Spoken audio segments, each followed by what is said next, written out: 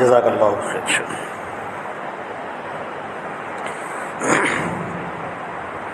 ان الحمد للہ نحمده ونستعینه ونستغفره ونؤمن به ونتوکل علیہ ونعوذ باللہ من شرور انفسنا ومن سیئات اعمالنا من يهده الله فلا مضل له ومن يضلل فلا هادي له واشهد ان لا اله الا الله واشهد ان محمدا عبده ورسوله اما بعد فاعوذ باللہ السمیع العلیم من الشیطان الرجیم وما محمد الا رسول قد خلت من قبله الرسل افإن مات او قتل انقلبتم على اعقابكم ومن ينقلب على عقبيه فلن يضر الله شيئا وسيجزي الله الشاكرين. ضلع جمعیت کے تمام ذمہ داران اور یہاں کی مقامی جمعیت کے ہمارے تمام ذمہ داران اور ہمارے بھائیوں اور مائیں اور بہنیں اور پیارے بچوں، بہت ہی خوشی کی بات ہے کہ آج ایک پروگرام منعقد ہو رہا ہے یہاں پر نبی کریم صلی اللہ علیہ وسلم کی سیرت کے حوالے سے، اور بڑی خوشی ہو رہی ہے الحمدللہ.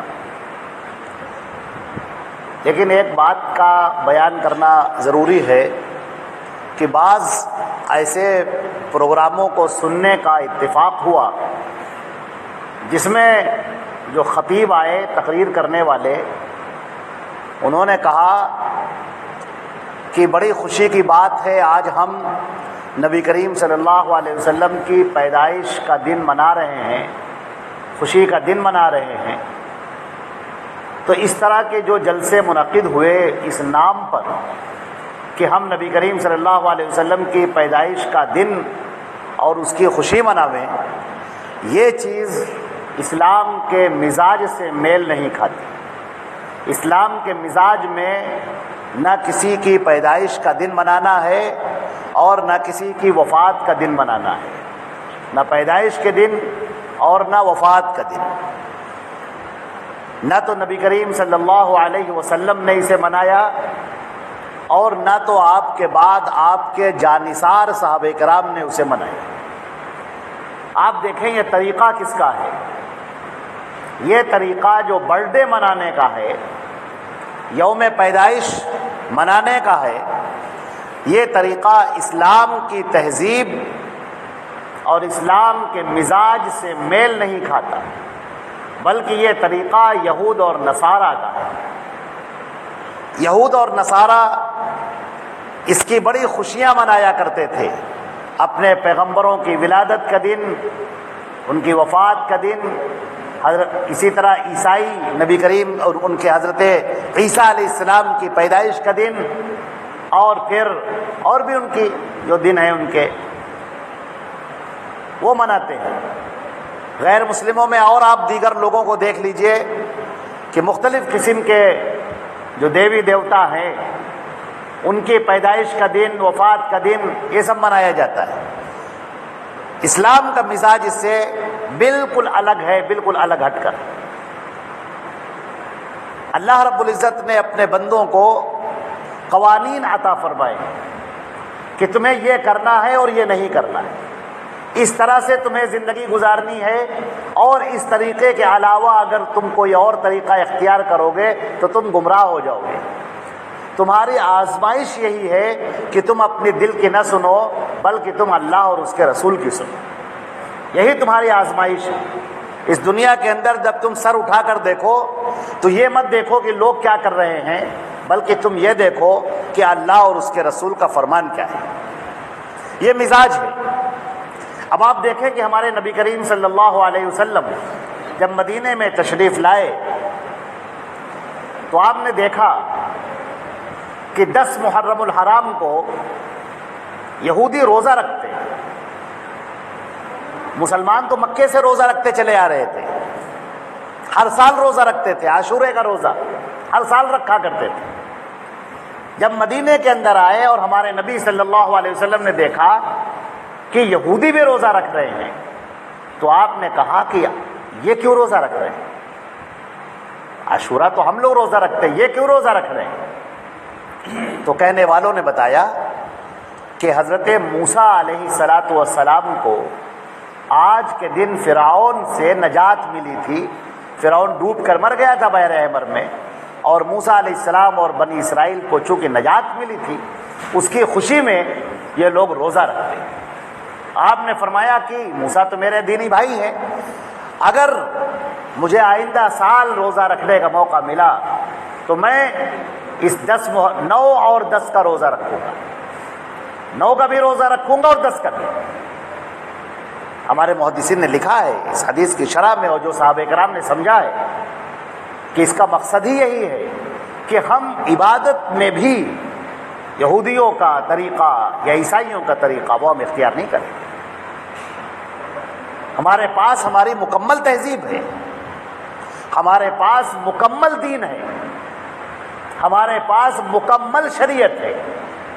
ہمیں کسی ادھر اور ادھر دیکھنے کی قطعاً کوئی ضرورت نہیں، نہ ہمیں کسی کے رسم و رواج کو دیکھنے کی ضرورت ہے، اور نہ کسی کے طریقے اور منہج کو دیکھنے کی ضرورت ہے، اور نہ کسی کی اقوال اور آراء اور باتوں کو دیکھنے کی ضرورت ہے. ہمارے پاس ہمارا خود ہی دین ہے جو اللہ رب العزت نے اتارا ہے، اور اللہ رب العزت نے اسے مکمل فرما دیا ہے. یہ دین ہمارے ساتھ میں ہے، اور اسی پر ہماری آزمائش ہے، اور اسی پر ہی ہمارا فیصلہ ہونا ہے. مالک یوم الدین، قیامت کے دن کا جو فیصلہ ہوگا وہ اسی کے اوپر فیصلہ ہونا ہے، اسی دین کے اوپر فیصلہ ہونا ہے. تو عزیزان محترم، شیطان مردود نے ایک ایسی چال لوگوں کے ذہن کے اندر ڈالی ہے کہ تم اپنے نبی سے محبت کرتے ہو تو اپنے نبی کی پیدائش کا دن کیوں نہیں مناتے، خوشی کیوں نہیں مناتے. اب جب دل میں ڈالتا ہے تو ہمارے بعض چھوٹے چھوٹے بچے بھی یہی سوچتے ہیں، اور بعض ہمارے نوجوان بھی یہی سوچتے ہیں کہ بات تو صحیح ہے، نبی کی پیدائش کا دن ہے، وہ تو خوشی کا دن ہے، منانا چاہیے. لیکن آپ غور سے دیکھیں کہ نبی کی پیدائش کا جو دن ہے، اللہ کے رسول سے سب سے زیادہ محبت کرنے والے صحابہ کرام تھے، جو ان کے اوپر جانثار تھے، اپنی جانیں قربان کر دیتے تھے، لیکن انہوں نے کبھی نہیں منایا. کیوں؟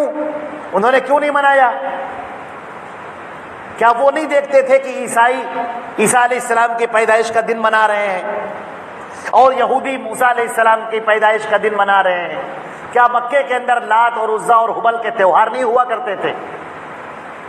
کیا وہاں مسلمانوں کا دل نہیں چاہتا تھا کہ ہم بھی کچھ ایسا ہی کریں؟ لیکن صحابہ کرام کا مزاج ہے، وہ نبی کریم صلی اللہ علیہ وسلم کو دیکھتے تھے کہ اللہ نے کیا اتارا ہے، اللہ اپنے نبی سے کیا کہلوا رہا ہے، وہ نبی ہم تک کیا پیغام پہنچا رہے ہیں، نبی کیا فیصلہ کر رہے ہیں. لہذا وہ یہ دیکھتے تھے کہ اللہ رب العزت کا جو حکم مانے گا وہ کامیاب ہوگا، جو اللہ کی اتاری ہوئی شریعت کو مانے گا وہ کامیاب ہوگا. لہذا وہ اپنی مرضی سے نہیں کرتے تھے. ہمارا معاملہ یہ ہے کہ ہم اپنی مرضی سے کرتے ہیں، اور صحابہ کرام کا معاملہ یہ ہے کہ وہ نبی کریم صلی اللہ علیہ وسلم کے چشم و ابرو کو دیکھتے ہیں، آپ کے باتوں کو سنتے ہیں، آپ کے اقوال کو دیکھتے ہیں. یہ فرق. صرف یہ کہہ دینا کہ اس میں کیا حرجہ ہے، اس میں تو کوئی بری بات نہیں ہے، نہیں، بہت بری بات ہے. اور سب سے بری بات یہ ہے کہ یہ اللہ اور اس کے رسول کے حکم کے مطابق نہیں. ہمارے نبی صلی اللہ علیہ وسلم نے ارشاد فرمایا، جب آپ اس دنیا سے جا رہے تھے اس سے پہلے بہت ساری آپ نے ایسی نصیحتیں کی ہیں جو بڑی جامع ہیں، جنہیں جوامع الکلم کہا جاتا ہے. بڑی مختصر باتیں اور بڑی گہرائی لیے ہوئے باتیں، بڑی گہرائی لیے ہوئے. ایک بات آپ نے ارشاد فرمائی، من احدث فی امرنا ھذا ما لیس منہ فہو رد. حضرت عائشہ رضی اللہ تعالی عنہ کی روایت ہے، فرماتی ہیں کہ ہمارے نبی صلی اللہ علیہ وسلم نے ارشاد فرمایا کہ یہ جو ہمارا دین ہے، جو دین ہم لے کر آئے ہیں، اس دین کے اندر اگر کسی نے کوئی نئی بات ایجاد کی تو وہ شے قابل رد ہے، اسے پھینک دو، مردود ہے، پھینکنے کے لائق ہے، کوڑے کے ڈھیر پر پھینکنے کے لائق، اسے پھینک۔ جو چیز جو ہمارا دین ہے، جس نے اس دین کے مزاج کو نہ سمجھا وہ یہود اور نصارہ کی طرح گمراہ ہو گیا۔ آپ ذرا تھوڑی دیر کے لیے سوچ کے دیکھیے عزیزان محترم، اب میں آپ تمام لوگوں کی توجہ چاہتا ہوں۔ جب اللہ کے نبی صلی اللہ علیہ وسلم کو اللہ نے مبعوث فرمایا، اس وقت کی دنیا کیسی تھی؟ ایسے ہی لوگ تھے جیسے ہم اور آپ بیٹھے ہیں یہاں پر۔ لوگ دنیا میں مگن تھے، کھیتی کر رہے تھے، کسانی کر رہے تھے، زراعت کر رہے تھے، تجارت کر رہے تھے، پیشوں میں لگے ہوئے تھے، پیسہ کماتے تھے، خرچہ کرتے تھے، بیوی تھی، بچے تھے، آل اولاد تھی، میلہ تھا، ٹھیلا تھا۔ آپ کیا سمجھتے ہیں کیا کوئی اللہ کی عبادت کرنے والا نہیں تھا؟ اللہ کی عبادت کرنے والے تھے۔ یہودی بھی اللہ کی عبادت کرتے تھے، نصارہ بھی اللہ کی عبادت کرتے تھے، مکہ کے مشرکین بھی اللہ کی عبادت کرتے تھے۔ آپ کیا سمجھتے ہیں کہ وہ لوگ اپنے آپ کو گمراہ کہتے تھے؟ یہودی کہتے تھے ہم حضرت موسیٰ کے دین پر ہیں، عیسائی کہتے تھے ہم حضرت عیسیٰ کے دین پر ہیں، مکہ کے مشرکین کہتے تھے ہم حضرت ابراہیم اور اسماعیل کے دین پر ہیں۔ اپنے آپ کو حق جانتے تھے، اپنے آپ کو بالکل صحیح باور کرتے تھے۔ لیکن جیسا کہ حدیث شریف کے اندر آتا ہے، ان اللہ نظر الی اہل الارض، اللہ نے پوری روئے زمین پر جب نظر ڈالی اسے کوئی اچھا نہ لگا، نہ عرب نہ عجم، سب کوئی اچھا نہ لگا۔ چنانچہ اللہ نے فیصلہ کیا کہ میں اپنا پیغام اتاروں گا۔ یہ میرے بندے جانتے نہیں ہیں کہ میری عبادت کیسے کی جائے، یہ میرے بندے واقف نہیں ہیں کہ میں کس باتوں سے خوش ہوتا ہوں، کن باتوں سے ناراض ہوتا ہوں، یہ لوگ بھول چکے ہیں۔ موسیٰ نے صحیح باتیں پہنچائی تھی لیکن لوگ بھول گئے، عیسیٰ نے علیہ السلام نے بہت صحیح باتیں پہنچائی تھی لیکن لوگ بھول گئے، ابراہیم اور اسماعیل نے بہت صحیح باتیں پہنچائی تھی لیکن لوگ بھول گئے۔ اللہ تعالیٰ نے فیصلہ کیا، وہ بڑا رحمان و رحیم ہے، اس نے فیصلہ کیا کہ میں اپنے ان بندوں کی ہدایت کروں گا، میں ان بندوں کی ہدایت کے لیے اپنا پیغام اتاروں گا، میں ان بندوں کو بتاؤں گا کہ دیکھو یہ کرو اس سے میں خوش ہوتا ہوں اور یہ مت کرو اس سے میں ناراض ہوتا ہوں۔ میں ان بندوں کو بتاؤں گا کہ تم لوگ یہ کر کے آؤ گے تو میری جنت کے حقدار ہوگے اور یہ کر کے آؤ گے تو میری جہنم کے حقدار ہوگے۔ چنانچہ اللہ رب العزت نے اپنے آخری پیغمبر حضرت محمد مصطفیٰ صلی اللہ علیہ وسلم کو بھیج دیا۔ اللہ کے نبی صلی اللہ علیہ وسلم رسول بنائے گئے، مبعوث ہوئے۔ آپ ایک بڑی نقطے کی بات، جس وقت آپ رسول بنائے گئے سب سے پہلا کام کیا ہوا؟ حضرت جبریل علیہ السلام نے وضو کیا آپ کے سامنے اور کہا کہ ھذا وضوئی وہ وضو انبیاء من قبلی، یہ میرا وضو ہے اور مجھ سے پہلے کے انبیاء کا وضو ہے۔ پھر 2 رکعت نماز پڑھ کے دکھائی خانہ کعبہ کے پاس میں۔ ادھر اسلام آیا، ادھر دین نازل ہونا شروع ہوا حضرت محمد مصطفیٰ صلی اللہ علیہ وسلم پر، اور نماز لازم کر دی گئی، نماز فرض کر دی گئی۔ 2 ہی رکعت سے، 2 ہی رکعت تھی لیکن لازم کر دی گئی۔ اب حضرت محمد مصطفیٰ صلی اللہ علیہ وسلم کے اوپر اللہ نے پیغام اتارنا شروع کیا، اللہ نے دین اتارنا شروع کیا۔ اب جو اتر رہا ہے وہ اللہ کا پیغام ہے، اب جو چیز اتر رہی ہے وہ اللہ کی رضا ہے، وہ جنت کا ٹکٹ ہے، وہ جنت جانے کا راستہ ہے۔ جو بھی چیز نبی کریم صلی اللہ علیہ وسلم پر اتر رہی اور اللہ کے نبی صلی اللہ علیہ وسلم اسے لوگوں کے درمیان پہنچا رہے ہیں، اسے لوگوں کے درمیان میں پیش کر رہے ہیں۔ اب آپ کے مخاطب پوری دنیا کے لوگ ہیں، سارے انسان اور سارے جنات ہیں، سب دو ہی تو مخلوق ہیں، وَمَا خَلَقْتُ الْجِنَّ وَالْإِنسَ إِلَّا لِيَعْبُدُونَ، ایک انسان اور ایک جنات، 2 ہی مخلوق ہیں جو مختار بھی ہیں اور جن سے مطالبہ عبودیت ہے۔ اب یہودی بھی ہیں، نصارہ بھی ہیں، مکہ کے مشرکین اور پورا جزیرۃ العرب، سب کے سب لوگ۔ اب ہمارے یہاں پر بہت اہم بات ہے سوچنے کی کہ یہودی کہتے ہیں ہم تو اللہ کی عبادت کر رہے ہیں بھائی، کیا ہم نماز نہیں پڑھتے؟ کیا ہم روزہ نہیں رکھتے؟ یہودیوں کے ہاں نماز بھی ہے، یہودیوں کے ہاں روزہ بھی ہے، زکوٰۃ کا تھوڑا سا سسٹم ہے، کسی طرح ٹٹ کے نام سے تھوڑا وہ بھی ہے، جہاد کے نام پر ان کے ہاں بھی ہے کچھ نہ کچھ حصہ، مکمل نہ صحیح ہمارے یہاں کی طرح۔ عیسائیوں میں بھی نماز بھی ہے، روزہ بھی ہے، مکہ کے مشرکین بھی نماز بھی پڑھتے ہیں، قرآن پاک نے بھی ذکر کیا ہے وَمَا كَانَ صَلَاتُهُمْ عِندَ الْبَيْتِ إِلَّا بُكَاءً وَتَصْدِيَةً، کیا نماز پڑھتے ہیں خانہ کعبہ کے پاس، شور مچاتے ہیں، سیٹیاں بجاتے ہیں اور کچھ نہیں، نماز بھی پڑھ رہے ہیں، روزہ بھی رکھ رہے ہیں۔ اچھا، اور ان کا جو کھیت ہے، اس کھیت کے اندر جو پیداوار ہوتی ہے، اس پیداوار میں بھی اللہ کا حصہ نکالتے ہیں، کہتے ہیں ھذا للہ وھذا لشرکائنا، یہ اللہ کے لیے ہے، یہ ہمارے شریکوں کے لیے۔ تو ایسا نہیں ہے کہ لوگ عبادت نہیں کر رہے ہیں، ایسا نہیں ہے کہ لوگ اللہ کو مان نہیں رہے ہیں، ایسا نہیں ہے کہ لوگ اللہ کو پکار نہیں رہے ہیں، اللہ کی محبت کرنے والے نہیں ہیں، اللہ کو خالق ماننے والے، اللہ کو مالک ماننے والے، اللہ کو رازق ماننے والے، اللہ کو سب سے بڑا ماننے والے، وہ یہودی بھی ہیں، نصارہ بھی ہیں، مشرکین بھی۔ وَلَئِن سَأَلْتَهُم مَّنْ خَلَقَ السَّمَاوَاتِ وَالْأَرْضَ لَيَقُولُنَّ اللَّهُ، اگر آپ ان سے سوال کریں کہ آسمان و زمین کو کس نے پیدا کیا، تو یہ کہیں گے اللہ نے پیدا کیا۔ آپ پوچھیں کہ آسمان سے بارش کون اتارتا ہے، زمین سے غلے کون نکالتا ہے، تو یہ کہیں گے اللہ نے کیا۔ تو ایسا نہیں ہے کہ اللہ کو ماننے والے نہیں تھے، ہمارے نبی جب کھڑے ہوتے ہیں تو آپ کے سامنے یہود بھی ہیں، نصارہ بھی ہیں، مکہ کے مشرکین بھی ہیں، یہ اللہ کو ماننے والے ہیں، اللہ کو بڑا ماننے والے ہیں، اللہ سب سے بڑا ہے یہ کہنے والے ہیں، اللہ ہمارا رازق ہے یہ بھی کہنے والے ہیں۔ لیکن پھر کیا ہے؟ لیکن زندگی کا ڈھرا بدلا ہوا ہے، پوری کی پوری زندگی تبدیل ہے۔ وہ زندگی کیا ہے؟ شیطان مردود نے ان کے ذہن کے اندر ایسا سور پھونکا، ایسا افسون ڈالا کہ ان کو اللہ سے پھیر کر دو غیروں کی طرف متوجہ کر دیا، غیر اللہ کی طرف متوجہ کر دیا، خالق سے ہٹا کر مخلوق کی طرف ان کو پھیر دیا۔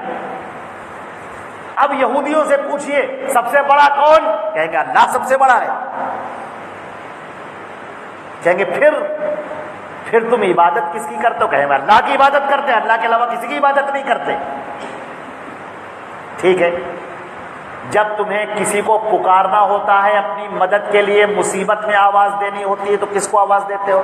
تمہیں رزق چاہیے ہوتا ہے کس سے مانگتے ہو؟ تمہیں بیٹا بیٹی چاہیے ہوتی ہے کس سے مانگتے ہو؟ تمہارے اوپر کوئی مقدمہ قائم کر دیتا ہے کس سے فریاد کرتے ہو؟ جب تم پریشانی میں آ جاتے ہو، بیماری میں آ جاتے ہو، کس کی مدد مانگتے ہو، کس کو پکارتے ہو؟ وہ کہیں گے ہم تو حضرت موسیٰ کو پکارتے ہیں۔ کیوں پکارتے ہو موسیٰ علیہ السلام؟ اس لیے کہ موسیٰ اللہ کے سب سے زیادہ قریب تھے، ہم موسیٰ کو پکاریں گے، موسیٰ ہماری سفارش اللہ سے کر دیں گے اور اللہ ہماری باتوں کو قبول کر لے گا۔ ہم اللہ سے ڈائریکٹ کہیں گے تو اللہ نہیں سنے گا، لیکن موسیٰ کی بات کو اللہ نہیں ٹالے گا، کیونکہ موسیٰ اللہ کے بڑے قریبی ہیں۔ عیسائیوں سے پوچھیے آپ، وہ بھی یہی کہیں گے، وہ کہیں گے ٹھیک ہے اللہ سب سے بڑا ہے، وہی اکیلا ہے، اللہ سب سے بڑا ہے، لیکن جو یہ پوری دنیا کا چلانا ہے، یہ دنیا کو جو چلانا ہے، اس کو سسٹین کرنا ہے، یہ اللہ نے عیسیٰ علیہ السلام کو دے دیا ہے، نعوذ باللہ، اپنے بیٹے کو نعوذ باللہ دے دیا۔ اب ہمیں جو کچھ مانگنا ہے، جو کچھ لینا ہے، جو بھی سوال کرنا ہے، وہ ہم عیسیٰ علیہ السلام سے کریں، کیونکہ وہ مختار کل ہے۔ ٹھیک ہے، وہ اللہ کے برابر نہیں ہے، اللہ سب سے بڑا ہے، لیکن اللہ نے اپنی ساری طاقت، سارا اختیار اس نے عیسیٰ علیہ السلام کو دے دیا ہے۔ اب ہم کو جو مانگنا ہے وہ عیسیٰ علیہ السلام سے مانگ لیں گے۔ دیکھا آپ نے کیسے شیطان مردود نے گمراہ کیا۔ اب مکہ کے مشرکین کو دیکھیے، وہاں پر ابراہیم اور اسماعیل کے بنے ہوئے بت ہیں جو خانہ کعبہ میں رکھے ہوئے ہیں، ساتھ میں اور بھی بت ہیں، لات ہے، عزا ہے، ہبل ہے، منات ہے، بہت سارے بت ہیں۔ اب وہ کیا کہتے ہیں؟ بالکل وہی زبان جو یہود کی زبان، جو نصارہ کی زبان، ہؤلاء شفعاؤنا عند اللہ ما نعبدهم الا ليقربونا الى اللہ زلفا، یہ اللہ کے پاس ہمارے سفارشی ہوں گے، ہم ان کی عبادت اس لیے کرتے ہیں تاکہ ہم کو یہ اللہ سے قریب کر دے۔ اب ان کے درمیان میں ہمارے نبی صلی اللہ علیہ وسلم کھڑے ہیں جو حق کا راستہ بتانے کے لیے. اور اللہ تعالیٰ فرماتا ہے ادعونی استجب لکم، اے لوگو مجھے پکارو، میں تمہارا رب ہوں، میں تمہارا پروردگار ہوں، میں نے تمہیں تخلیق کیا ہے، میں نے تمہیں دنیا میں وجود بخشا ہے، مجھے پکارو استجب لکم، میں تمہاری پکار سنوں گا. یہ مت کہو کہ اللہ ہم سے بڑا دور ہے، ہم کو موسیٰ کا واسطہ چاہیے، ہم کو عیسیٰ کا واسطہ چاہیے، ہم کو لات عزا اور حبل کا واسطہ چاہیے. یہ مت کہو نحن اقرب الیہ من حبل الورید، ہم اس کی شہ رگ سے بھی زیادہ قریب ہیں. تم یہ مت کہو یہ دنیا کو چلانے والا کوئی اور ہے، اللہ نے دنیا بنائی، بنانے کے بعد عیسیٰ علیہ السلام کے سپرد کر دی، یا موسیٰ علیہ السلام کے سپرد کر دی، یا لات اور عزا کے سپرد کر دی اور وہ اب دنیا کو چلا رہے. نہیں، الا لہ الخلق والامر، سن لو اسی کا کام ہے یہ دنیا کو تخلیق دینا اور اسی کا کام ہے اس کو چلانا. یہ پوری دنیا وہی چلا رہا ہے، پوری دنیا کے فیصلے وہی کر رہا ہے. لا راد لقضائہ الا ہو، اس کے فیصلوں کو اس کے علاوہ ٹالنے والا کوئی نہیں. سارے کے سارے لوگ، یا ایھا الناس، اے سارے کے سارے لوگوں، تمام کے تمام لوگوں، انتم الفقراء الی اللہ، تم سب کے سب اللہ کے محتاج ہو. واللہ هو الغنی الحمید، اور اللہ وہ جو ہے کسی کا محتاج نہیں. نبی کریم صلی اللہ علیہ وسلم نے اب یہ لوگوں کے سامنے پیش کی. اب جب یہ بات ہمارے نبی صلی اللہ علیہ وسلم نے پیش کی تو اب وہ سارے لوگ بھڑک اٹھے اور کہنے لگے کہ تم تو گستاخی کر رہے ہو، تم ہمارے بتوں کو برا بھلا کہتے ہو. اب وہ کیا کہتے ہیں اپنی میٹنگوں میں جا کر، جس کو حدیث شریف میں ذکر کیا کہ یسب آلہتنا، ہمارے معبودوں کو گالیاں دیتا ہے. اللہ کے نبی نے کبھی گالی نہیں دی، کسی کو گالی نہیں دی. وہ کیا کہتے ہیں؟ یہ ہمارے معبودوں کو گالیاں دیتا ہے. وَيُعِيبُ عَقْلَانَا، اور ہمارے بڑے بڑے عقل مندوں کو بیوقوف ٹھہراتا ہے. وَيُصَفِّحُ أَحْلَامَنَا، اور ہماری ذہانت اور ہماری دانش مندی کو وہ چیلنج کر کے کہتا ہے کہ تم سب بیوقوف ہو. یہ تو زبان اللہ کے رسول نے نہیں استعمال کی تھی، کبھی نہیں استعمال کی، لیکن یہ ان کے خلاف پروپیگنڈا کیا گیا. آج ہمارے ہاں معاملہ یہ ہے، جب ہم لوگوں سے کہتے ہیں کہ یہ عید میلاد النبی کیوں منا رہے ہو، یہ غلط طریقہ ہے، یہ بدعت طریقہ ہے، یہ اللہ کا پسندیدہ طریقہ نہیں ہے، اللہ اس پر خوش نہیں ہوتا، اللہ اس پر ناراض ہوتا ہے، اللہ ان باتوں پر تمہیں ثواب نہیں دے گا، اللہ ان باتوں پر تمہیں عذاب میں گرفتار کرے گا، تمہیں سزائیں دے گا. تو ہمارے بھائی ہم سے خفا ہو جاتے ہیں، کہتے ہیں تم اللہ کے رسول کی گستاخی کرتے ہو، تم اللہ کے رسول کو مانتے نہیں ہو، تم اللہ کے رسول سے محبت نہیں کرتے ہو، سوائے شیطان کے سارے لوگ خوشیاں منا رہے ہیں. شیطان نے تم کو پٹی پڑھا رکھی ہے، شیطان نے تم کو نبی کے طریقے سے دور کر رکھا ہے، تمہاری آنکھوں کے آگے ایسا تعصب کا وہ دھواں چھوڑ رکھا ہے کہ تمہیں آگے کی چیزیں نظر نہیں آتی، دو دو چار کی طرح باتیں تمہیں سمجھ میں نہیں آتی. وہ کیا کہتے تھے؟ کفار مکہ کیا کہتے تھے نبی کریم صلی اللہ علیہ وسلم کو؟ وہ کہتے تھے یہ ہمارے باپ اور ہمارے دادا ابراہیم اور اسماعیل ان کے طریقے سے ہم کو ہٹا کر گمراہی کی طرف لے کر جانا چاہتا ہے. اللہ رب العزت نے فرمایا کہ نہیں، یہ گمراہی کی طرف نہیں لے کر جانا، یہ تمہیں سیدھے راستے کی طرف لے کر جاتا ہے، بالکل سیدھا راستہ تمہیں دکھاتا ہے. یہی صراط مستقیم ہے جو تم تورات میں مانگتے ہو، اور تم صراط مستقیم موسیٰ سے جوڑتے ہو، تم صراط مستقیم عیسیٰ علیہ السلام سے جوڑتے ہو. ان دونوں کی تعلیمات ختم ہو چکی، ان کی تعلیمات نہیں رہ گئی، بگاڑ ڈالا ان کو لوگوں نے. یحرفون الکلم عن مواضعہ، الفاظ کو توڑ مروڑ کے بدل دیا. وہ دین جو حضرت موسیٰ لے کر آئے تھے وہ دین بدل گیا، وہ دین جو حضرت عیسیٰ علیہ السلام لے کر آئے تھے وہ دین اب روئے زمین پر باقی نہ رہا، سب بگڑ گیا. حضرت ابراہیم اور اسماعیل علیہ السلام جو دین لے کر آئے تھے وہ دین بگڑ گیا، بیکار ہو گیا، اس کے اندر لوگوں کی اپنی خواہشات داخل ہو گئی. اور ہمارا دین، یہ دین اسلام، اس کی سب سے بڑی خوبی عزیزان محترم یاد رکھیے، اس دین کی سب سے بڑی خوبی لا یاتیہ الباطل من بین یدیہ ولا من خلفہ، یہ دین اللہ کا اتارا ہوا ہے. انا نحن نزلنا الذکر وانا لہ لحافظون، یہ ذکر ہم اتار رہے ہیں، یہ دین، یہ شریعت ہم نازل کر رہے ہیں. محمد صلی اللہ علیہ وسلم کے اوپر اس دین کی حفاظت کی ذمہ داری ہماری ہے. تورات کی ذمہ داری اللہ نے نہیں لی، انجیل کی ذمہ داری، زبور کی ذمہ داری اللہ نے نہیں لی. اللہ نے جو ذمہ داری لی وہ دین اسلام کی ذمہ داری لی. اب تو شیطان مردود بڑا چکرایا کہ ارے اب یہ دین تو محفوظ ہو گیا، ارے اب کیا ہوگا، اب ہم لوگوں کو کیسے جہنم کی طرف لے کر جائیں. چھوٹے چھوٹے شیطانوں نے ابلیس کے سامنے آ کر شکایت کی کہ آپ بتائیے اب کیا ہوگا، یہ دین تو نازل ہو گیا، یہ دین تو مکمل ہو گیا، یہ دین تو اللہ نے اتار دیا، اس دین کی حفاظت کی بھی ذمہ داری لے لی، اب بتاؤ ہم لوگوں کو کیسے گمراہ کریں گے، اب بتاؤ لوگوں کو ہم اس دین سے کیسے ہٹائیں گے.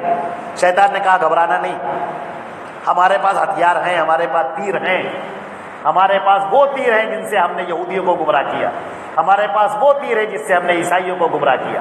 ہم محبت میں غلو کرائیں گے، جیسے موسیٰ کی محبت میں غلو کرا کے ہم نے ان کو گمراہ کر دیا، عیسیٰ کی محبت میں غلو کرا کے ہم نے ان کو گمراہ کر دیا، اسی طریقے سے ہم محمد صلی اللہ علیہ وسلم کی محبت میں غلو کرائیں گے اور غلو کرا کے ان کو دین سے دور کر دیں گے. چنانچہ آج آپ اسٹیجوں پر چلے جائیے،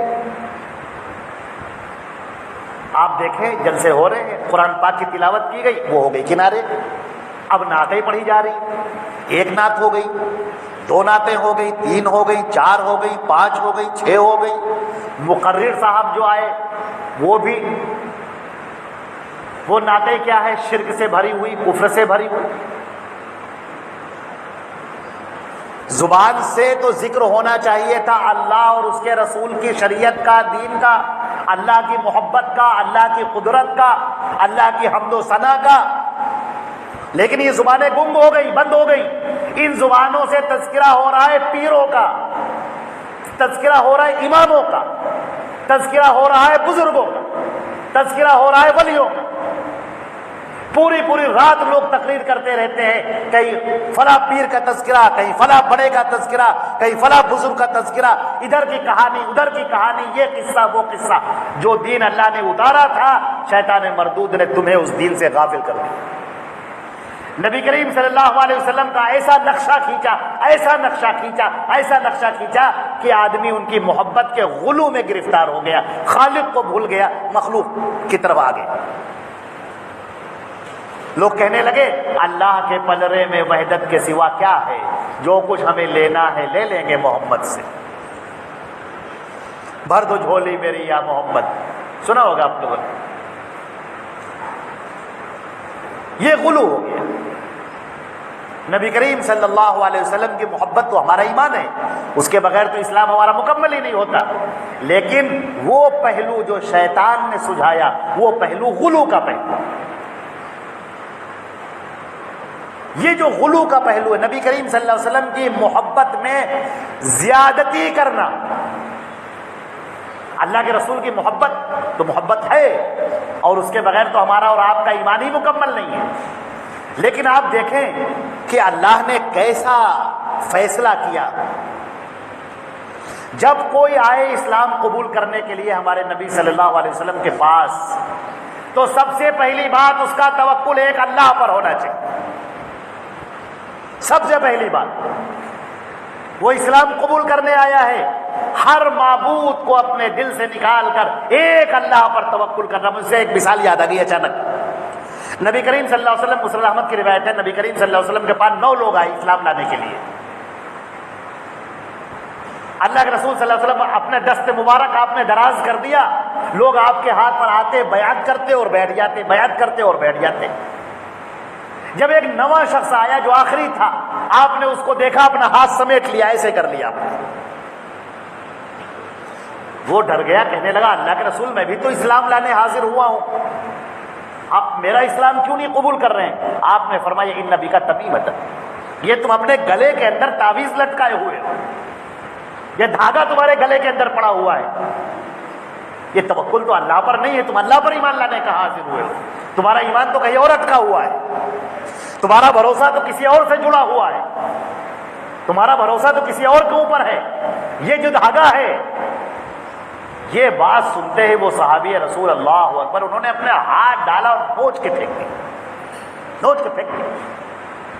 اللہ کے نبی صلی اللہ علیہ وسلم مسکرائے اور اپنے ہاتھ پر آپ نے بیعت لی، اور آپ نے کہا لو مت علی ذالک مت علی الجاہلیہ، اگر اسی پر تیری موت ہو جاتی تو جاہلیت یعنی کفر کی موت ہوتی.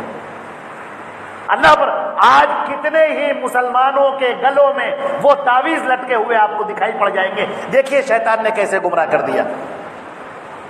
کتنے ہی پیروں کے اندر کالے کالے دھاگے بندھے ہوئے مل جائیں گے, کتنے ہی کمر کے اندر گنڈے بندھے ہوئے مل جائیں گے. اللہ کے نبی صلی اللہ علیہ وسلم نے فرمایا جس نے کوئی دھاگا باندھا اور پھونک ماری, ایسے پھونک ماری اور دھاگا باندھا, اس نے سحر کیا, جادو کیا. سورہ فلق کے اندر وَمِن شَرِّ النَّفَّاثَاتِ فِي الْعُقَدِ, جو دھاگا باندھتی ہیں اور اس میں پھونک مارتی ہیں, میں اللہ سے ان کی پناہ چاہتا ہوں. آج کتنے ہی لوگ ہیں داڑھی رکھائے ہوئے, نمازیں پڑھتے ہوئے, تہجد پڑھتے ہوئے, تسبیح پڑھتے ہوئے, قرآن کی تلاوت کرتے ہوئے, لیکن یہ جادوگری کے کام کرتے ہیں. وہ تعویذ لکھتے ہیں بیٹھ کر, قرآن پاک کی آیات نہیں لکھتے, اس میں نمبر لکھتے ہیں 7, 8, 11, 12, 15, 16 پورے نمبر لکھتے ہیں, چوخانے بناتے ہیں. اصحاب کہف کے کتوں کے نام لکھتے ہیں, جبریل اور میکائیل اور اسرائیل اور اسرافیل لکھتے ہیں. تعویذ آپ کو یقین نہ ہو, کوئی بھی کتاب اٹھا کے نقش سلیمانی وغیرہ اٹھا دیکھ لیجیے. اللہ سے کیسے غافل کر دیا, کس طریقے سے شیطان مردود نے پٹی پڑھائی, اللہ سے بندوں کو غافل کر کے لگا دیا بندوں کی طرف. اب دیکھیے اللہ کے نبی صلی اللہ علیہ وسلم کے پاس جو اسلام لانے کے لیے حاضر ہوتے ہیں, کلمہ کیا رکھا اللہ رب العزت نے. آدمی اسلام قبول کرے تو کیا کہے, کیسے کہے؟ 2 حصے. پہلا حصہ اشہد ان لا الہ الا اللہ, میں گواہی دیتا ہوں کہ اللہ کے علاوہ کوئی سچا معبود نہیں ہے. جتنے معبود بنے ہوئے ہیں, یہ جتنے بت ہیں سب باطل ہیں, سب جھوٹے ہیں. جس کو بھی لوگ معبود کہہ رہے ہیں یہ سب جھوٹے معبود ہیں. سچا معبود اور حقیقی معبود صرف ایک ہے, وہ اللہ ہے, اس کے علاوہ کوئی دوسرا نہیں. اب دوسرا ٹکڑا, واشہد ان محمدًا, اور میں گواہی دیتا ہوں کہ محمد صلی اللہ علیہ وسلم عبدہ, اس کے بندے ہیں, ورسول, اس کے رسول ہیں. یہ اس کا الٹا بھی تو ہو سکتا تھا کہ وہ اس کے رسول ہیں اور اس کے ایسا بھی تو ہو سکتا تھا, لیکن نہیں. اپنے ذہن سے پہلے نکال دو یہ. اپنے ذہن کے اندر کوئی خرافاتی تصویر مت بنانا. اللہ کے رسول چلتے تھے تو ان کا سایہ نہیں تھا, اللہ کے رسول صلی اللہ علیہ وسلم کے بول و براز میں کوئی بدبو نہیں ہوتی تھی, اللہ کے نبی صلی اللہ علیہ وسلم, اور بہت ساری باتیں. کہ اپنے ذہن سے ہر تصویر کھرچ کر پھینک دو. وہ اللہ کے بندے ہیں, وہ اللہ کے بندے ہیں. ایسا نہ ماننا جیسے موسیٰ کو لوگوں نے مان لیا, ان کو مظہر خدا مان لیا, شیڈو آف گاڈ مان لیا. عیسائیوں کے طریقے سے مت ہونا کہ ان کو سن آف گاڈ مان لیا, وہ بھی مت ہونا. ہندوؤں کے طریقے سے مت ہونا کہ انہوں نے اوتار مان لیا, وہی جو ایشور ہے وہی اتر آیا ہے شکل بدل کے. یہ سب مت مان لینا. محمد صلی اللہ علیہ وسلم کی سب سے پہلی بات وہ اللہ کے بندے ہیں. اللہ مالک ہے, آقا ہے, خالق ہے, وہ بادشاہ ہے, اور اس کے آگے سب غلام ہیں. اللہ رب العزت بادشاہ, وہ سب سے بڑا مالک الملک وہی ہے, شہنشاہوں کا شہنشاہ وہی شہنشاہ ہے, دوسرا کوئی شہنشاہ نہیں ہے. کسی کو شہنشاہ مت کہو, شہنشاہ صرف ایک ہے, وہ اللہ ہے. مالک الملوک وہ صرف ایک اللہ ہے, دوسرا کوئی نہیں. یہ بات اچھی طرح سے ذہن میں بٹھا لو. محمد صلی اللہ علیہ وسلم اللہ کے بندے ہیں, اللہ کے بندے ہیں. پہلے اس کے اوپر آؤ, اور جب تمہارے ذہن میں یہ بات بیٹھ جائے کہ ہاں وہ اللہ کے بندے ہیں, یہ مت سمجھنا کہ وہ نور کے بنائے ہوئے ہیں. یہ مت سمجھنا کہ اول ما خلق اللہ نوری, اللہ نے اپنے نور سے, اپنے جسم سے ایک نور نکالا اور اس سے محمد صلی اللہ علیہ وسلم کی تشکیل کر دی. نعوذ باللہ من ذلک. یہ عقیدے ذہن میں مت رکھنا. یہ عقیدے رکھنے کے ساتھ کوئی اسلام نہیں ہے. ان عقیدے کو رکھنے کے ساتھ میں کوئی مسلمان نہیں ہوتا. یہ کفر میں آئے پھر کفر میں چلے گئے, کفر سے نکل کر آئے اسلام میں اور پھر کفر میں کر بیٹھے. قرآن پاک نے ایک لفظ کہا, لا تعتذروا فقد کفرتم بعد اسلامکم. خبردار, کوئی معذرت کی ضرورت نہیں ہے، تم اسلام لائے تھے لیکن اس کے بعد پھر تم کافر ہو گئے۔ تو ایسا نہیں کہ آدمی اسلام میں داخل ہوا تو کافر نہیں ہو سکتا، نہیں۔ سب سے پہلی بات، اللہ کے نبی صلی اللہ علیہ وسلم اللہ کے بندے ہیں، اس کو یاد رکھو، وہ اللہ کے بندے ہیں، پھر اللہ نے ان کو اپنا رسول بنایا، یہ ان کی شان ہے، اور تمام رسولوں کا، تمام نبیوں کا سردار بنایا، یہ ان کا مقام ہے، یہ ان کا مرتبہ ہے۔ لیکن اللہ کے نبی صلی اللہ علیہ وسلم جب اس دنیا سے جا رہے تھے، بخار کی شدت تھی آپ کی، پورا بدن بخار میں تپ رہا تھا، آپ کے پانی کا ایک پیالہ پاس میں رکھا ہوا تھا، آپ اس پر ہاتھ ڈالتے تھے، اپنے چہرے کو پوچھتے تھے، جو سرخی آ گئی تھی غالب، اور جہاں سکون ہوتا تھا آپ نے چادر الٹی، پھر اوڑھی، پھر بار بار آپ کہنے لگے لا تطرونی کما اطرت النصارى عیسی ابن مریم، سن لو مجھے ایسا مت بڑھانا جیسے لوگوں نے عیسیٰ ابن مریم کو آگے بڑھا دیا، انما انا عبد اللہ ورسولہ فقولوا عبد اللہ ورسولہ، میں اللہ کا بندہ ہوں اور اس کا رسول ہوں، مجھے اللہ کا بندہ اور اس کا رسول کہنا۔ ان الفاظ کے اوپر آپ غور کیجیے، اللہ کی اتاری ہوئی وحی ہے، یہ جو الفاظ ہیں یہ حدیث کے جتنے الفاظ ہیں جو بھی آپ پڑھتے ہیں، بخاری، مسلم، ترمذی، نسائی، ابو داؤد، موطا امام مالک، جتنی حدیثیں آپ پڑھتے ہیں جو صحیح حدیثیں ہیں، یہ اللہ کی اتاری ہوئی وحی ہے، ان کو وحی خفی کہا جاتا ہے، قرآن پاک کو وحی جلی کہا جاتا ہے، قرآن پاک اللہ کا کلام ہے اور حدیثیں اللہ کا پیغام ہے، یہ زبان نبی کریم صلی اللہ علیہ وسلم کی ہے، لیکن معنی اور مفہوم اور الفاظ وہ اللہ کے اتارے ہوئے۔ تو فرمایا کہ مجھے ایسا مت بڑھانا جیسے لوگوں نے عیسیٰ ابن مریم کو بڑھا دیا، میں اللہ کا بندہ اور اس کا رسول ہوں، لہٰذا مجھے اللہ کا بندہ اور اس کا رسول کہو۔ لیکن لوگوں نے نبی کریم صلی اللہ علیہ وسلم کو وجہ کائنات کے لیے، یہ پوری دنیا کو بنانے کا مقصد کہ محمد صلی اللہ علیہ وسلم کے صدقہ و طفیل میں بنائی گئی، یہ الفاظ تو نہیں کہتے ہمارے نبی نے، یہ آپ نے بڑھائے، یہ چیزیں تم نے بنائی، تم نے بڑھا لیا۔ لوگ نبی کریم صلی اللہ علیہ وسلم کے سامنے اب وہ کرنے لگے جو لوگ پہلے لات، عزا، ہبل کے سامنے کیا کرتے تھے، اور آج بھی لوگ موسیٰ علیہ السلام کے ساتھ اور عیسیٰ علیہ السلام کے ساتھ کرتے ہیں۔ کیا کرتے ہیں؟ وہاں جب مدینے میں جاتے ہیں تو ایک تو غلطی یہی سے ہوتی ہے، ہندوستان سے ہی جب وہ جانے لگتے ہیں یہاں سے کیا کہتے ہیں؟ روز آقا نے بلایا ہے، روزے پہ جا رہے ہیں۔ دوسرا کہنے والا کہتا ہے کہ جب روزے پر پہنچیے گا میرا بھی سلام کہہ دیجیے گا۔ اب ان کے دل کے اندر جو للک ہے، جو تڑپ ہے، وہ مدینۃ الرسول جانے کی ہے، وہ حضرت آقا نے بلایا ہے، آقا کا پیغام آیا ہے، آقا علیہ السلام نے طلب کیا ہے، اس لیے یہ سب الفاظ ہیں جو کہے جاتے ہیں۔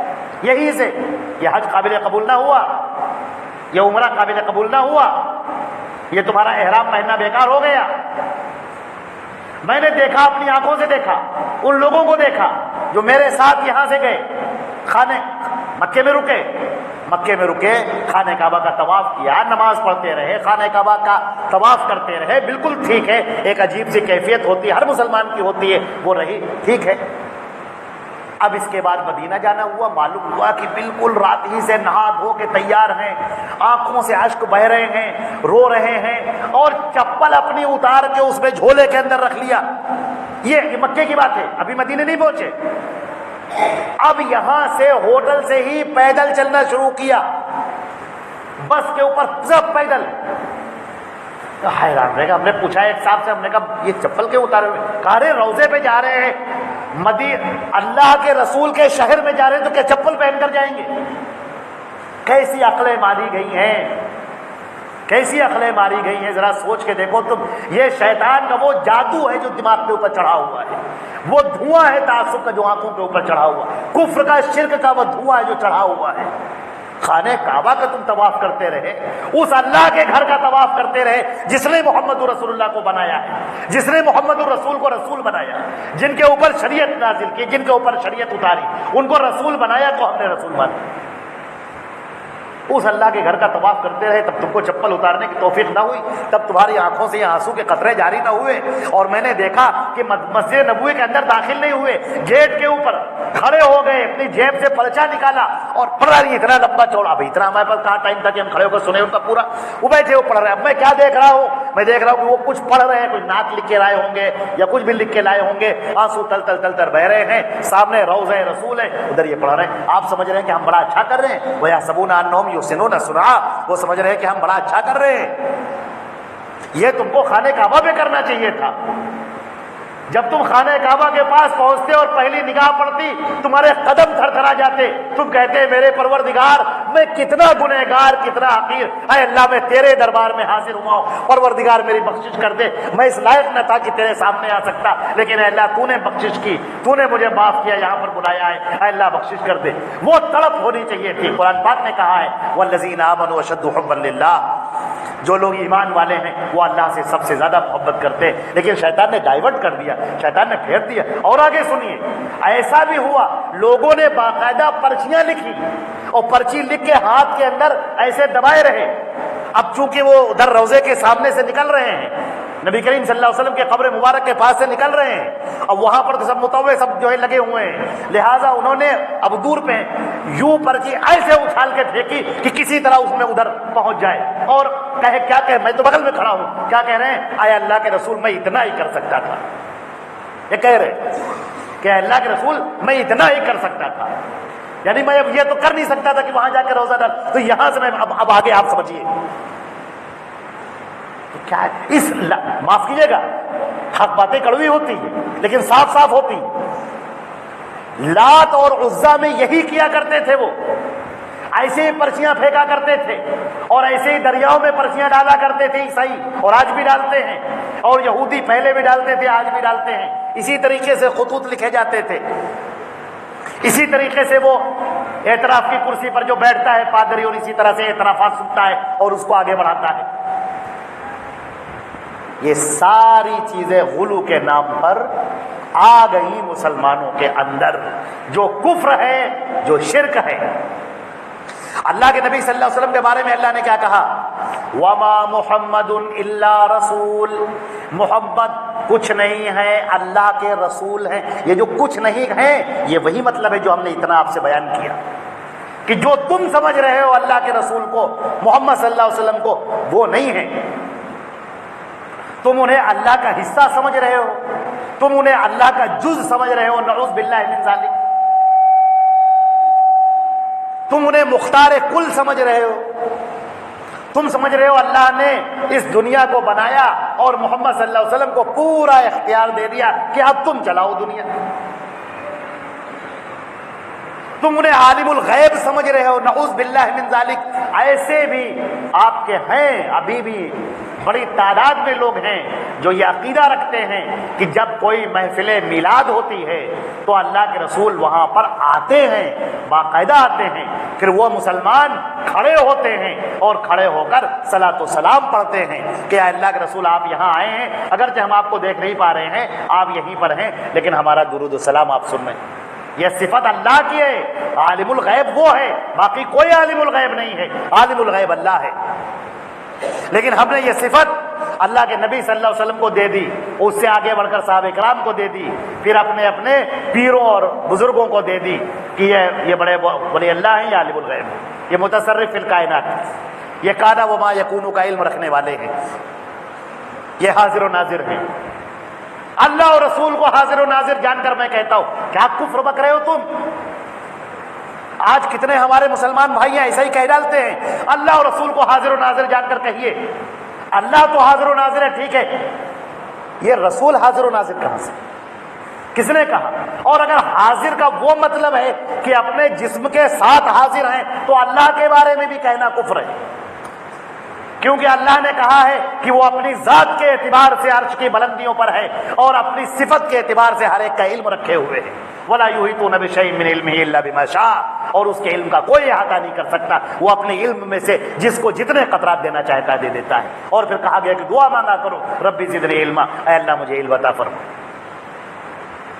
ذات کے اعتبار سے یہ 7 آسمان ہیں، 7 آسمانوں کے اوپر اللہ کا عرش ہے اور اللہ اپنے عرش پر اپنی ذات کے اعتبار سے متمکن ہے، اور اپنی صفت کے اعتبار سے، صفت علم کے اعتبار سے، صفت خبیر اور بصیر کے اعتبار سے وہ پوری دنیا کے، پوری کائنات کے ذرے ذرے سے واقف ہے، ہمارے دلوں اور دماغوں کے اندر چلتی ہوئی فکروں سے بھی واقف ہے، دلوں کی دھڑکتی ہوئی رگوں سے بھی واقف ہے، اپنی مخلوق کی ایک ایک حرکت، ایک ایک چال سے واقف ہے، وہ اس کی صفت ہے، اس صفت میں کوئی شریک نہیں، محمد مصطفیٰ صلی اللہ علیہ وسلم بالکل شریک نہیں۔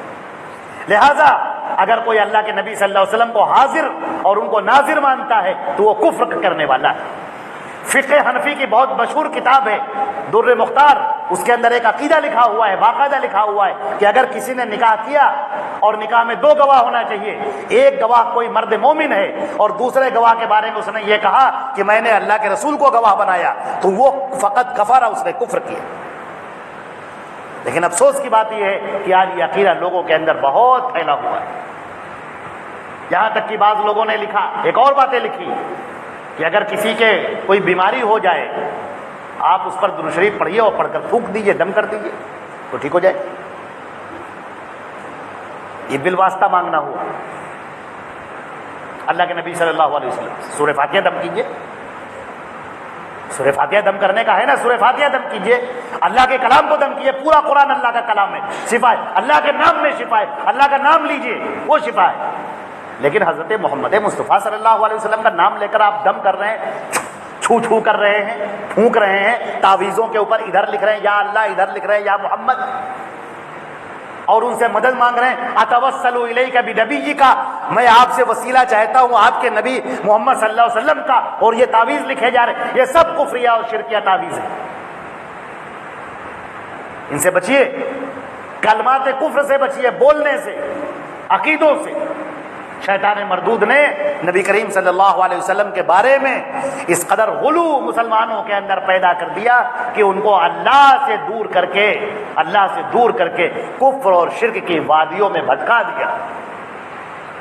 اسی لیے صحابہ کرام کا ایک خاص مزاج تھا، صحابہ کرام کا مزاج یہ تھا کہ وہ اپنی مرضی سے عمل نہیں کرتے تھے۔ ایک صحابی گئے، ہیرا گئے، ایک ملک شام میں ایک جگہ ہے ہیرا، وہاں پر دیکھا کہ بڑے بڑے لوگوں کو لوگ سجدہ کر رہے ہیں، ان کے دل میں خیال ہوا کہ یہ لوگ تو اپنے بڑوں کو سجدہ کر رہے ہیں تو اللہ کے نبی اس کے زیادہ حقدار ہیں کہ ان کو سجدہ کیا جائے۔ وہ وہاں سے آئے اللہ کے نبی صلی اللہ علیہ وسلم کی خدمت میں، لیکن ٹھہریے میرے عزیزوں، میرے دوستوں، صحابہ کرام کا مزاج دیکھیے، انہوں نے آتے ہی سجدہ نہیں کیا، نہیں، وہ بیٹھ گئے، انہوں نے کہا اے اللہ کے نبی، میں ہیرا گیا تھا، میں نے وہاں دیکھا کہ لوگ اپنے اپنے سرداروں کو سجدہ کر رہے ہیں، تو آپ تو زیادہ حقدار ہے کہ ہم آپ کو سجدہ کریں۔ آپ نے کہا لو مررت علی قبری تسجد لہ، یہ بتاؤ کہ اگر تم میری قبر کے پاس سے گزرو گے تو کیا تم سجدہ کرو گے؟ انہوں نے کہا نہ، ہرگز نہیں۔ آپ نے فرمایا بس مت کرو۔ یہ آپ نے کتنی اچھی طرح سے سمجھا دیا۔ لیکن آج ہمارے یہاں لوگ مزاروں کو ایسا چوم رہے ہیں، ایسا کپڑا پہنا رہے ہیں، سب پھول چڑھا رہے ہیں، اور یہ تو جو ہم ہندوستان میں دیکھ رہے ہو تو دیکھ ہی رہے، وہ مدینے میں جو کرنے کی کوششیں ہو رہی ہیں، کیسا کفر اور شرک کا عقیدہ آدمی دل کے اندر لیے ہوئے ہیں، بھرے ہوئے ہیں، اور ان عقیدوں کے ساتھ جا رہا ہے، حج کر رہا ہے، عمرہ کر رہا ہے، طواف کر رہا ہے، نماز پڑھ رہا ہے۔ کیسا شیطان نے بہکا رکھا۔ یہ نمازیں قابل قبول نہیں ہے اگر شرک پایا گیا، روزے قابل قبول نہیں ہے اگر شرک پایا گیا۔ پہلے ان عقیدوں کو صحیح کرنا ہوگا، سب سے پہلے سمجھنا ہوگا اللہ کے نبی صلی اللہ علیہ وسلم کی حیثیت کیا ہے اور اللہ کی حیثیت کیا ہے۔ ایک صاحب تقریر کر رہے تھے، کہہ دیا انہوں نے کہنے میں ما شاء اللہ و رسولہ، جو اللہ چاہے اس کا رسول چاہے۔ اللہ کے نبی صلی اللہ علیہ وسلم غصے میں آ گئے، خفا ہو گئے آپ، اور آپ کہنے لگے اجعلتنی للہ ندا، تو نے تو مجھے اللہ کے برابر قرار دیا۔ قل، یوں کہو، من ما شاء اللہ وحدہ، جو اکیلا تنہا ایک اللہ جو چاہے، بس جو ایک اللہ چاہے۔ میرے عزیزو، شیطان نے بہت بہکایا ہے، نبی کریم صلی اللہ علیہ وسلم کی ولادت کے تعلق سے کیسا لوگوں کی عید میلاد النبی لوگ منا رہے ہیں، ایک بار بھی سوچ کے نہیں دیکھتے، ایک بار بھی غور کر کے نہیں دیکھتے۔ اللہ کے رسول نے ہمیں 2 عیدیں دی ہیں، ایک عید الفطر ہے، ایک عید الاضحیٰ ہے۔ یہ اللہ کی اتاری ہوئی عید ہے، یہ محمد مصطفیٰ کی بتائی ہوئی عید ہے۔ ان 2 عید کے علاوہ ہم تیسری عید اگر منا لیں، ہم اس عید کا جس دن منا لیں اس کو عید میلاد النبی کے نام سے منا لیں، تو کتنی بڑی سرکشی ہوگی، کتنی بڑی بغاوت ہوگی، دین اسلام سے کتنی بڑی دوری ہوگی، اللہ کے نبی کے حکم سے کس قدر خلاف جا رہے ہیں ہمیں دیکھنا ہو۔ صحابہ کرام نے نہیں منائی۔ اور مزے کی بات تو دیکھیے، اللہ اکبر، بدقسمتی دیکھیے مسلمانوں کی، مسلمانوں کے اوپر ذلت اسی طرح مقدر کر دی گئی جیسے یہود اور نصارہ پر مقدر کر دی گئی تھی جب انہوں نے اللہ اور اس کے رسول سے بغاوت کی تھی، اس کے احکام کو پس پشت ڈال دیا تھا۔ افتؤمنون ببعض الکتاب وتکفرون ببعض، کتاب کے بعض حصے پر عمل کرتے ہو، بعض حصے کو چھوڑ دیتے ہو۔ آج مسلمانوں کا بھی یہی عالم ہو گیا، عقیدے کے لحاظ سے بھی، عمل کے لحاظ سے بھی، اللہ کی محبت کے لحاظ سے بھی، اور رسول کی شان کے لحاظ سے بھی، ہر طرح سے انہوں نے وہ کفر کیا، شرک کیا کہ الامان الپناہ، اللہ کی پناہ ہے بس، جس طرح سے انہوں نے کام کیا۔ تو آج مسلمانوں کے ساتھ بھی یہی ذلت مسلمانوں کے ساتھ بھی تھوپ دی گئی، ان کے ساتھ بھی مقدر کر دی گئی۔ ذلت دیکھیے آپ مسلمانوں کی، کسی بھی مسلمان کو پکڑ کے پوچھئے اللہ کے رسول کی وفات کب ہوئی بتاؤ، کسی بھی مسلمان سے پوچھئے جو اپنے آپ کو مسلمان کہتا ہے، پوچھئے اس سے، وہ کہے گا 12 ربیع الاول کو۔ پیدائش کب ہوئی؟ سارے مسلمان کہیں گے پیدائش میں اختلاف ہے، کیونکہ اللہ کے نبی جب پیدا ہوئے تھے تو کسی کو تھوڑی معلوم تھا کہ وہ آگے چل کر نبی بنیں گے، رسول بنیں گے۔ پیدائش میں اختلاف ہے، پیدائش لوگوں نے نہیں یاد رکھی، اختلاف ہو گیا۔ زیادہ صحیح قول 8 تاریخ کا ہے، 8 ربیع الاول کا، اور بھی اقوال ہے۔ لیکن جب آپ کی وفات ہوئی ہے تو پوری دنیا جانتی تھی کہ اللہ کے نبی، قیصر و کسریٰ جانتے تھے کہ اللہ کے نبی، مصر کا مقوقس جانتا تھا کہ اللہ کے نبی، پورا جزیرۃ العرب جانتا تھا۔ اس دن کو لوگ بھول پائیں گے کیا؟ وہ تاریخی دن لوگ بھول پائیں گے؟ وہ 12 ربیع الاول کا دن جو اللہ کے رسول کی وفات کا دن، مسلمانوں کے اوپر سب سے بڑے صدمے کا دن، جس دن مسلمانوں کے دل پھٹ گئے، کلیجے شق ہو گئے، آنکھوں سے آنسو جاری ہو گئے کہ ہمارے رسول ہمارے درمیان سے اٹھ گئے، ہمارے رسول ہمارے درمیان میں نہ رہے۔ اس دن کو لوگوں نے خوشی کا دن منایا۔ یہ مسلمان اس دن خوشی مناتے ہیں، وفات کے دن، اللہ کے نبی کی وفات کے دن یہ لوگ خوشیاں منا رہے ہیں۔ ایسے شیطان نے پٹی پڑھائی اور پھر بھی سمجھتے نہیں ہیں۔ شرک ایسا ہی ہوتا ہے کہ سامنے کی باتیں بھی سمجھ میں نہیں آتی۔ اور کہنے والوں نے تو یہاں تک لکھا، بہت احمد رضا خان صاحب بریلویوں کے بہت بڑے امام ہیں، پورا مسلک بریلویوں کو چل رہا ہے، انہوں نے لکھا کہ اللہ کے رسول کی وفات نہیں ہوئی، اس طرح سے وفات نہیں۔ یہ جانتے جیسے کوئی موم بتی روشن کرے اور اپنے دونوں ہاتھوں کو اس کو سمیٹ لے تو موم بتی جل رہی ہے لیکن دیکھنے والوں کو اس کی روشنی نظر نہیں آ رہی، اندھیرا نظر آ رہا ہے۔ بس اسی طرح اللہ کے نبی کی وفات کا معاملہ ہوا کہ اللہ کے نبی زندہ ہیں، زندہ تھے، زندہ رہیں گے، لیکن یہ ہوا کہ لوگوں کے سامنے ان کی آنکھیں بند ہو گئیں تاکہ لوگ ان کو سمجھ لیں کہ دنیا سے جا رہے ہیں۔ ان کی موت کے قائل نہیں، ان کی وفات کے قائل نہیں۔ اور کیا چاہیے آپ؟ اس کفر اور شرک میں کچھ اور بھی کمی باقی رہ گئی کیا؟ اللہ تعالیٰ نے قرآن پاک میں فرمایا وما محمد الا رسول، محمد کیا ہے؟ اللہ کے رسول ہے، کچھ نہیں ہے۔ وما محمد، محمد کچھ نہیں ہے، الا رسول، سوائے اللہ کے رسول ہے۔ قد خلت من قبلہ الرسل، ان سے پہلے بھی بہت سارے رسول گزر چکے ہیں۔ افئن مات، اگر محمد صلی اللہ علیہ وسلم کا انتقال ہو جائے، او قتل، یا ان کو قتل کر دیا جائے، انقلبتم علی اعقابکم، تو کیا تم اپنی ایڑیوں کے بر اسلام سے پھر جاؤ گے؟ ومن ينقلب علی عقبیہ، اور اگر کوئی اپنی ایڑیوں کے بل اسلام سے پھر جائے، فلن یضر اللہ شیئا، تو اللہ کا کچھ بھی نقصان نہ کرے گا۔ وسيجزي اللہ الشاکرین، اور شکر کرنے والوں کو اللہ خوب بہترین بدلہ دے گا۔ نبی کریم صلی اللہ علیہ وسلم کی وفات پر جبکہ لوگوں کو یقین نہیں آ رہا تھا کہ اللہ کے نبی کی وفات ہو گئی، جس سے محبت ہوتی ہے اس کی وفات پر جلدی یقین نہیں آتا، حضرت عمر فاروق رضی اللہ تعالیٰ عنہ کہنے لگے کہ اگر کسی نے کہا کہ محمد مصطفیٰ کا انتقال ہو گیا تو میں اس کی گردن اڑا دوں گا۔ ایسے موقع پر حضرت ابوبکر صدیق رضی اللہ تعالیٰ عنہ کا وہ کردار سامنے آتا ہے، جو صدیق، جو صاحب رسول اللہ فی الغار، اللہ کے نبی صلی اللہ علیہ وسلم کے ساتھی ہیں غار میں، صدیق ان کا مرتبہ مقام ہے۔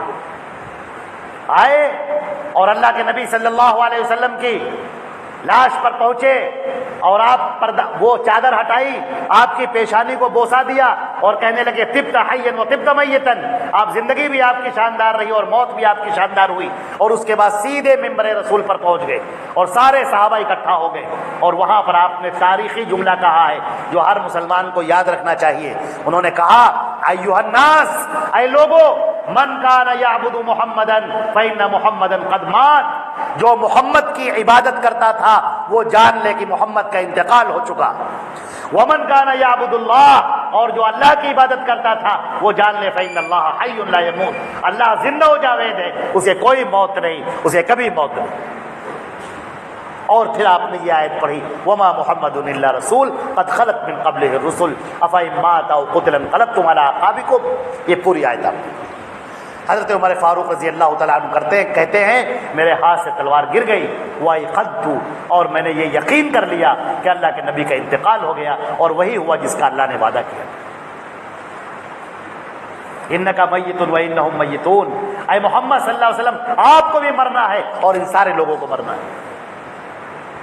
حضرت عائشہ فرماتی فلما مات رسول اللہ صلی اللہ علیہ وسلم، جب اللہ کے رسول کی موت ہو گئی، جب ان کا انتقال ہو گیا، ساری صحابیہ، سارے صحابہ یہی الفاظ کہتے ہیں فلما مات رسول اللہ، جب اللہ کے رسول کا انتقال ہو گیا، جب آپ کے اوپر موت طاری ہو گئی، تب ہم نے ایسا کیا، ایسا کیا، ایسا کیا۔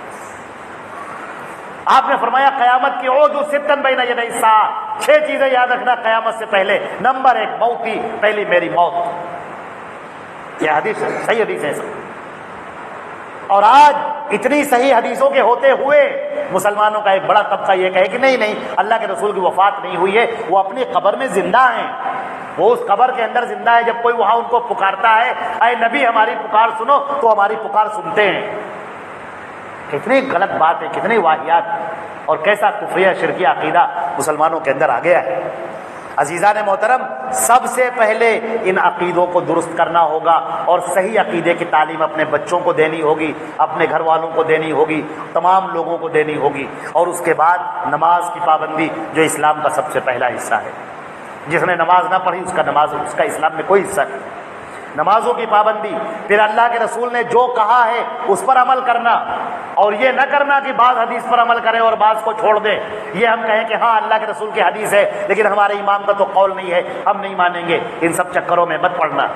اگر تمہیں جنت چاہیے، اللہ کی بنائی ہوئی جنت میں داخل ہونا ہے، اللہ کی رضا تمہیں چاہیے، کل قیامت کے دن کے رسوائی سے بچنا ہے، تو اللہ کے نبی کی باتوں پر عمل کرنا ہے۔ جو عمل کرے گا وہ کامیاب ہوگا، جو عمل نہیں کرے گا وہ ناکام ہوگا۔ یہ دو چار کی باتیں ہیں، جیسے کہ قرآن پاک میں کہا گیا کہ فریق فی الجنت و فریق فی السعیر، کل قیامت کے دن جب لوگ آئیں گے تو کچھ لوگ جنت میں جائیں گے، کچھ جہنم میں جائیں گے، بیچ کا کوئی راستہ نہیں ہے۔ یا تو آپ جنت جائیں گے تو جہنم جائیں گے، بیچ کا کوئی راستہ نہیں، کوئی ہیش بیش نہیں۔